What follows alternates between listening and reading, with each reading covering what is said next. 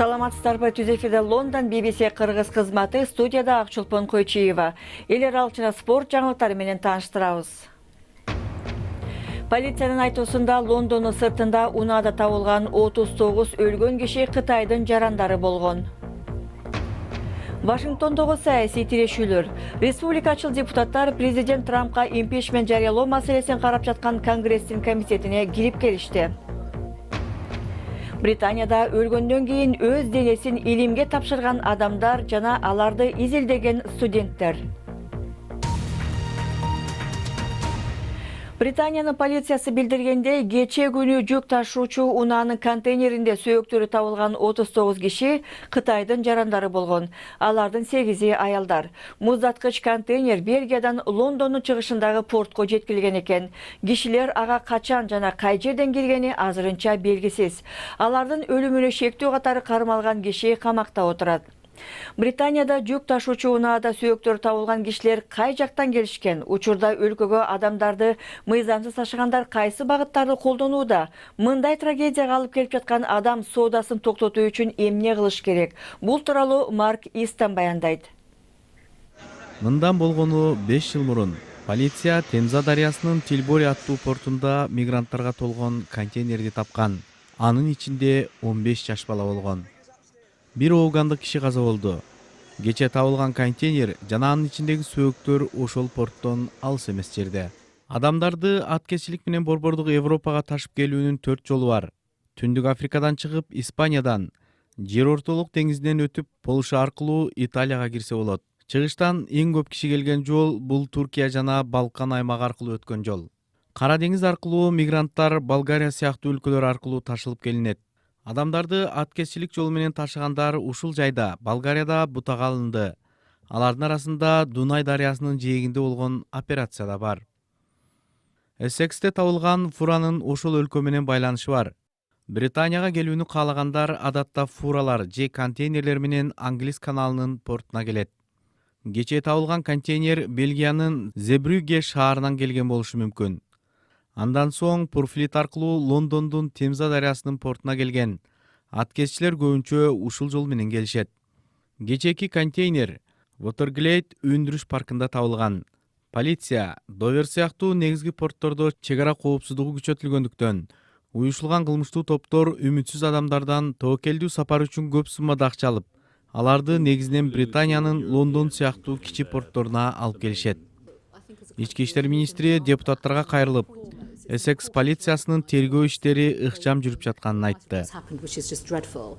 Эң негизгиси бул каргашалуу окуяны иликтөөдө чек ара коопсуздук күчтөрү, иммиграция кызматы жана укук коргоо агенттиктери чогуу иш алып барышы зарыл.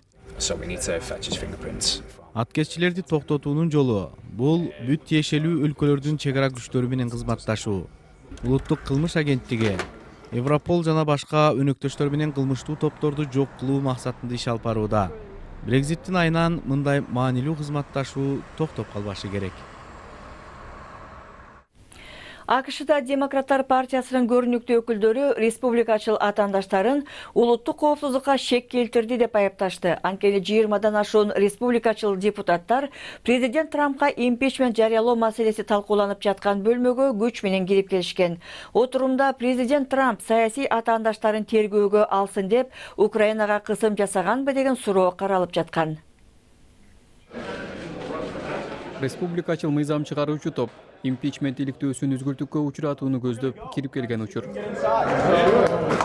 Президент Трамп өзүнө карата импичментти токтотууга чара көрүүнү сураган соң мындай иш аракеттер орун алууда. Республикачылар мурдагы импичменттердей укугу ачык болушун талап кылууда.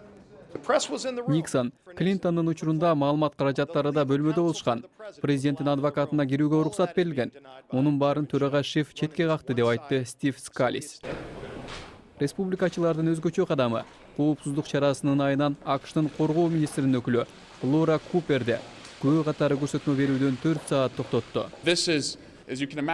Бул кадам күбө катары сүйлөйм деген адамды коркутуу аракети. Республикачылар кирип келишкенде күбө угуу залында болчу. Алар бизди токтото албайт. Биз чындыктын түбүнө жетебиз, деди Эрик Свалвелл. Ушул аптанын башында АКШтын Украинадагы элчиси Уильям Тейлор импичмент иликтөөсүнө ишеничтүү далил кошту. Ал Трамп Украинанын президентинен келерки шайлоодо атаандашы боло турган Джо Байденди иликтөөнү сураганын айткан. Трамп Украинага берилүүчү аскердик жардам иликтөөгө көз каранды болорун айткан. Кечээги жолугушуудагы жылмаюуларга карабастан Дональд Трампка болгон кысым күчөп жатат. Трамп импичмент иликтөөсүн жескемпирге аңчылык деп атады, бирок ага каршы көрсөтмөлөр көбөйүүдө. Сиздер көрүп жаткан BBC кыргыз кызматынын берүүсү жаңылыктар менен тааныштырууну улантабыз.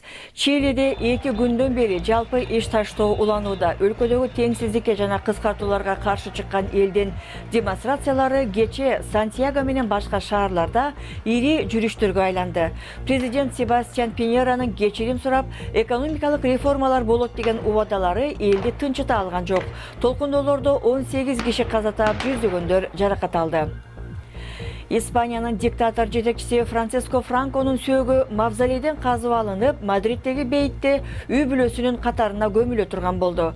Фашисттик аскерлерди баштаган генерал Франконун сөөгүн 44 жыл мурун мамлекеттик азем менен коштолуп көмүлгөн жеринен жылдырууну Испаниянын социалисттик өкмөтү талап кылып келген. Генерал Франко баштап, кийин жеңген атуулдук согушта миңдеген кишилер каза тапкан. Изилдөөлөр көрсөткөндөй, артрит сыяктуу өнөкөт илдетке кабылган кишилер шамалдуу же үп болгон күндөрү көбүрөөк ооруйт экен. Манчестер университетинин илимпоздору Британиядагы 2,5 миң кишини изилдешкен. Алар аба ырайы эсепке алып, смартфон тиркемелери аркылуу кишилердин ооруган учурларын каттаган. О дүйнөгө кеткенде менин денем эмне болот деген ой кээде келип калса керек. Британияда айрым адамдар көз жумгандан кийин денесин медицинага тапшырып кетет. Медициналык окуу жайларга көбүрөөк студенттер кирген сайын алардын үйлөнүүсү үчүн көбүрөөк денелер да керектелүүдө. Бул Денис. Ал 84 жашында көз жумган, бирок өлүм менен баары бүткөн жок. Ал дагы бир сапарды баштады. Анткени Денис каза болгондо сөөгү жерге берилердин ордуна Лондондун анатомия окуу жайына тапшырылды. Бул анын соңку тартуусу, туурабы? Бул мун ошондо ишенимде өскөн. Бардык нерсени пайдалануу керек. Колдогу эч нерсе текке кетпеш керек. Кишинин сөөгү канчалаган адамдарга таасир этерин билбейбиз. Изилдөөгө берилген бир сөök 10 миллиондой бейтаптын жашоосуна таасирин тийгизиши мүмкүн. Медициналык факультеттин 1-курстагы студенттери сөök донорун алгачкы жолу көрүшүн тартууга бизге 1-жолу уруксат берилди. Биринчи жолу студенттердин чыныгы реакциясын көрөсүздөр. Адамдын денесинин майда чүйдөсүнө чейин изилдөөнү башташат. Бул келечектеги дарыгерлер үчүн олуттуу учур.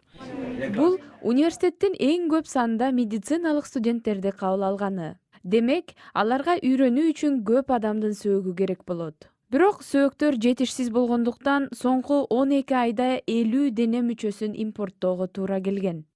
Алар 3 апта мурда өлгөн Майклдын денесин сабырдуу, токтоо мүнөздө изилдеп жатышат. Майклдын денесин кесип жаткан чакта мен аны атынан айтып кайрылып турам.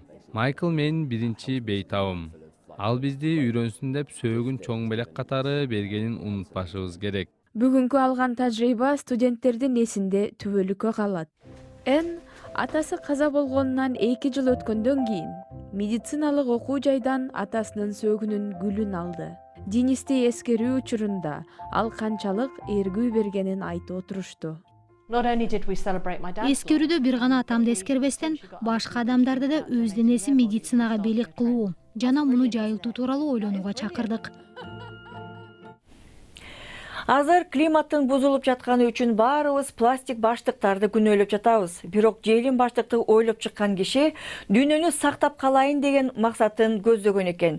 Кагаз баштык жасоо үчүн бак-дарактардын кыйылышын токтотуу максатында Стен Густав Тулин желим баштыктарды ойлоп таап, аларды кишилер кайра колдонот деп ишенген. Бүгүн кишилер пластикти бир колдонуп ыргытып жатканын көрсө, атам катуу кейимек дейт анын уулу. Бир учурда жашоодогу эң ыңгайлуу буюмдардын бири эсептелген желим баштыктар азыр айлана чөйрөнү бузган каргышка айланды.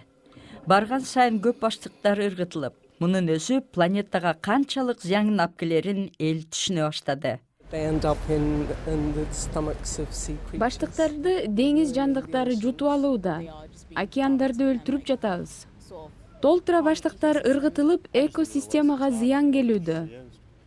Бирок желин баштыктарды ойлоп тапкан киши Стен Густав Тулиндин үй бүлөсү желин баштык мындай көйгөй жаратпашы керек болчу дейт. Менин атам кишилер желин баштыкты колдонуп ыргытып жиберет дегенди кабыл албайт болчу. Швециялык Стен Густав Тулин 1950-жылдары кагаз баштыктарды жасоого канчалаган бактара кыйылып жатканын көрүп, пластиктен баштык жасоо идеясын тапкан. Алар дайым чөнтөгүндө бир баштык бүктөп сала жүрчү. Дайыма жанында баштыгы болор эле. Мына бүгүн да бизди дүкөнгө чыкканда баштык алып жүрүүгө үндөп жатышат. Ал муну 70-80-жылдар эле билген. Бул жөнөкөй эле нерсе да. Баштыкты эмнеге ыргытышат? Бүгүн баштыктар кандай ысырап болуп жатканын көрсө, атам өтө жаман болмок. Мындай баштыкты бир урунуп ыргытууга болбос. Кишилер аны кайра колдонуп, анан кайра иштетүү ордуна ыргытып жиберүүдө. Пластик таштанды көйгөйү ушундан келип чыкты. Желин баштыктарды кайра иштетип колдонуу кагаз же чүпөрөктөн баштык жасоого караганда планета үчүн жагымдуураак экенин изилдөөлөр көрсөттү. Кагаз же чүпөрөк баштык ыргытылса, ал чирип жок болгону үчүн алар пластиктен жакшы деп ойлоп жатабыз. Бирок кагаз менен пахтадан баштык жасоо өндүрүшү жаратылыш үчүн жакшы эмес. Аларды жасоого көбүрөөк энергия керектелет. Өтө көп суу колдонулат. Салмагы дагы оор болот. Андыктан кай жерде жасалганына жараша аларды транспорт менен дүкөндөргө жеткирүү да айлана чөйрөгө зыяндуу. Желин баштыкты бир жолу колдонуунун айланага тийгизген таасиринен ашпаш үчүн кагаз баштыкты 3 жолу колдонуш керек. Ал эми пахтадан жасалган баштык жок дегенде 131 жолу колдонулушу керек. Табият үчүн эң жакшы жол бул баштыкты керектен чыгып калганга чейин кайра пайдалануу. Стен Густав Тулин желин баштыкты ойлоп тапканы үчүн кенеде эле киреше тапкан. Бул табылга дүйнөнү сактап калат деген Густав, ал эмне кесепеттерге алып келерин элестетпесе да керек. Эми спортту көрөлү. Европалык чемпиондор лигасында Ливерпуль 4-1 эсебинде Бельгиялык Генкти утуп алды. Алекс Окслейд-Чамберлейн алгачкы 2 голду киргизди, калган 2 топту Садио Мане жана Мо Салах киргизишти. Челси 1-0 менен Аяксты жеңип, H тобунун башында турат. Ошондой эле Барселона кече Славия Праганы утуп, Месси чемпиондор лигасынын 15 сезонунда катары менен гол киргизген биринчи футболист болуп калды. Биринчи күнү Премьер-лигада Шеффилдтен утулуп калган Арсенал Европа лигасында бүгүн Гуймарис менен беттешип жеңишке умтулат. Ал эми Манчестер Юнайтед Сербияда Партизан Белград менен таямашат. Дарбазачы Дэвид Де Ги жана чабуулчу Пол Погба машыгууга катышпай калып, күйөрмандарын кабатыр кылууда. Урава Red Diamonds командасы Гуанчжоу Эверграндты утуп, соңку 3 жылда экинчи жолу Азия чемпиондор лигасынын финалына чыкты. Кытайда өткөн оюндагы жалгыз голду Шинзо Куроки киргизди. Упайлар саны боюнча Урава 3-0 менен алдыга чыккан. 2017 жылдын чемпиону эми саудилик Ал Хилал командасы менен беттешет. Жаңылыктардын соңунда араңарда стресстен арылуу үчүн машина айдаганды жакшы көргөндөр бар болсо керек. Анда эмесе келемиштер дагы ошондой экен. Окумуштуулар аларды кичинекей машинелерди айдаганга үйрөтүшкөн. Өз алдынча машина айдаган келемиштер такай көзөмөл алдында болгондорго салыштырмалуу стресске азыраак кабылган. Бул ыкма нерв илеттерине кабылган кишилерди дары ичирбей туруп айыктыруу жолдорун табууга жардам берет, дейт доктурлар. Айтып атамго негизи жаныбарлар өзгөрүп баратат. Программабызды ушуну менен соңуна чыгарабыз. Аны алып барган Акчолпон Койчиева, BBC эфиринде кайра жолукканча саламатта болуңуздар.